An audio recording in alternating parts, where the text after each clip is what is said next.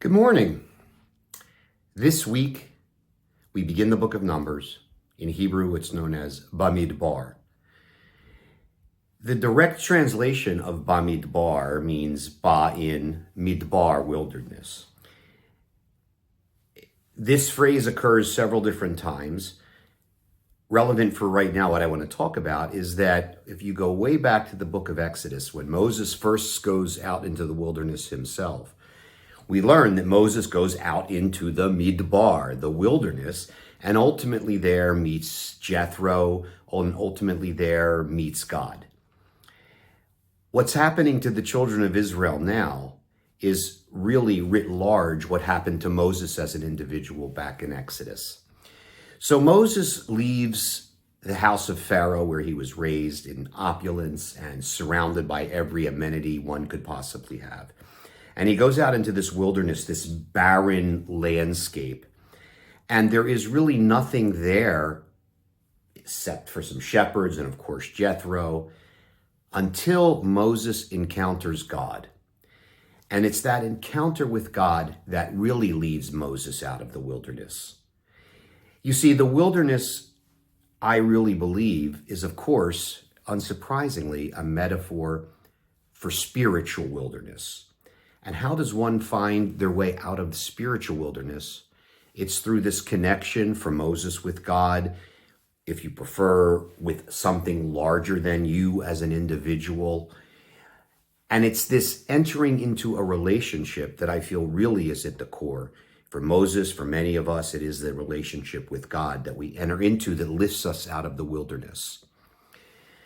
Similarly, the children of Israel are also in a spiritual desert long before they get into the Midbar.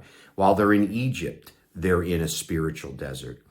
And being led out of Egypt into ultimately the promised land, the children of Israel are really in a Midbar until the encounter with God at Mount Sinai, which incidentally is celebrated by the festival of Shavuot, which is next week, Tuesday night and Wednesday. The idea that we're supposed to learn is that until the children of Israel are able to enter into relationship with something larger than their own individual plight, with God, they really will be trapped in the wilderness. I think this is an important teaching for us to learn.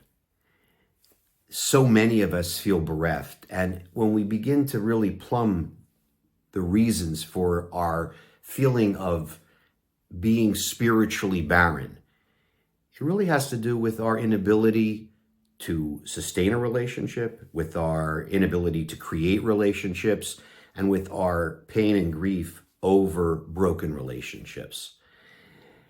One thing we learn through Torah, both with the individual story of Moses and with the larger story of the children of Israel, is that the way to repair broken relationships, the way out of the spiritual wilderness, is in a relationship, is in an encounter. And for Jews, the most important large relationship is to be in relationship with other Jews and to make sure that we are able to lift ourselves out of the wilderness together.